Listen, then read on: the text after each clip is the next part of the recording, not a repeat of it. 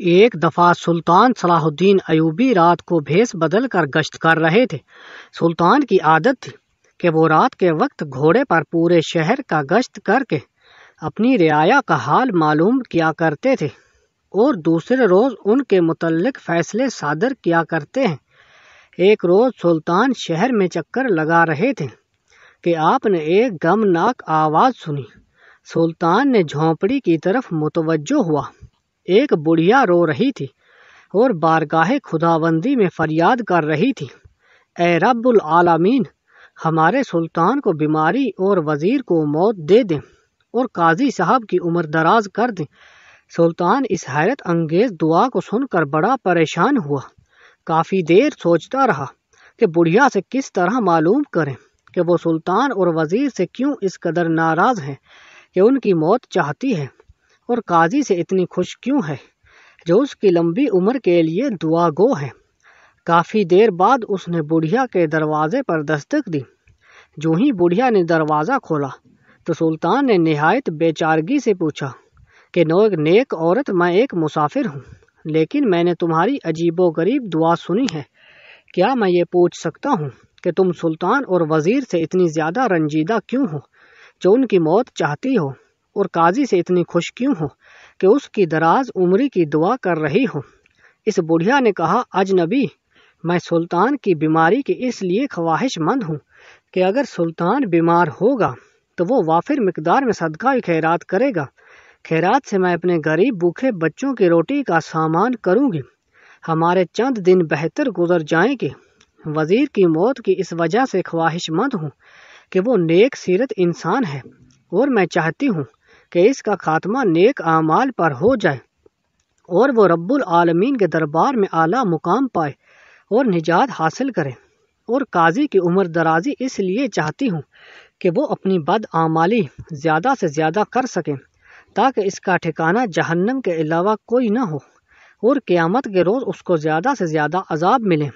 سلطان جو مسافر کے بھیس میں تھا، اس نے آپ دیدہ ہو کر اس بڑھیا سے کہا، نیک عورت، میں اس وقت تو تنگ دست ہوں، میرے پاس صرف ایک تسبیح ہے، تم وہ مجھ سے لے لو اور اس کو فروخت کر کے اپنے بچوں کا پیٹ بھرنے کا سامان مہیا کرو، اور اگر وقت نے مہلت دی تو میں تمہاری ضرور مدد کروں گا۔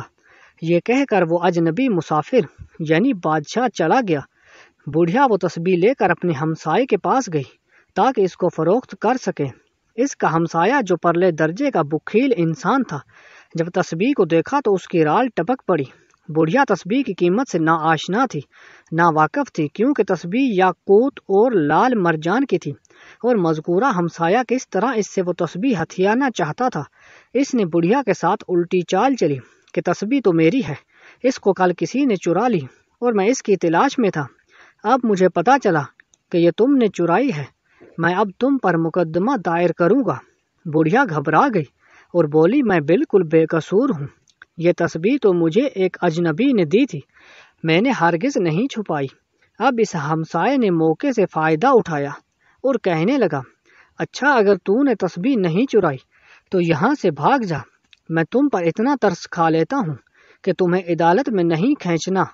بڑھیا نے اس میں عافیت جانی اور اجنبی کو کوستی ہوئی اپنے گھر چلی گئی۔ اگلی رات پھر سلطان صلاح الدین ایوبی پھر وقت کے معمول کی طرح گشت پر نکلا اور قصدہ بڑھیا کے محلے میں آیا۔ اس نے بڑھیا کے گھر سے وہی دعا سنی جس میں سلطان کی بیماری، وزیر کی موت اور وقت کے قاضی کی عمر دراز کا ذکر تھا۔ سلطان نے بڑھیا کے گھر کا دروازہ کھٹکھٹایا۔ آ رہی ہوں۔ بڑھیا دیکھتے ہی سلطان پر برس پڑی اور اس کے منہ میں جو آیا کہتی چلی گئی۔ جب اس کا غصہ ٹھنڈا ہوا تو سلطان نے اسے اصل واقعہ سنانے کو کہا۔ بڑھیا نے اپنے پڑوسی کا سارا قصہ سنا دیا۔ سلطان کو بہت غصہ آیا۔ سلطان نے بڑھیا کو بتایا کہ میں اجنبی نہیں بلکہ وقت کا سلطان ہوں، اور میں نے تمہاری ضرورت پوری کرنے کی غرض سے اپنی قیمتی تسبیح تمہیں دی تھی تاکہ تم اپنے بچوں کا پیٹ بھرنے کا سامان مہیا کر سکو، مگر تمہارے ساتھ تمہارے بخیل پڑوسی نے بڑی زیادتی کی ہے، اس کو ضرور سزا ملے گی۔ اگلے روز سلطان نے بڑھیا اور اس بخیل پڑوسی کو اپنے دربار میں طلب کیا۔ دربار میں تمام وزراء، امراء اور دیگر مصائب تشریف فرما تھے۔ سلطان نے بڑھیا کو حکم دیا کہ ساری روداد سناؤ بڑھیا نے شروع سے آخر تک ساری بات دربار میں بیان کر دی۔ فیصلہ کیا گیا کہ بڑھیا کو خاطر خواہ انعام دیا جائے گا، جس سے وہ باقی زندگی آسانی سے گزار سکیں اور اپنے بچوں کی کفالت بہترین طریقے سے کر سکیں، اور اس کے بخیل ہمسائے کو سزائے موت دی جائے۔ اگر آپ کو ہماری یہ ویڈیو اچھی لگی تو لائک اور کمنٹ کر دیجیے، اور چینل کو سبسکرائب کرنا مت بھولیے۔ ملتے ہیں نیکسٹ ویڈیو میں، تب تک کے لیے اللہ حافظ۔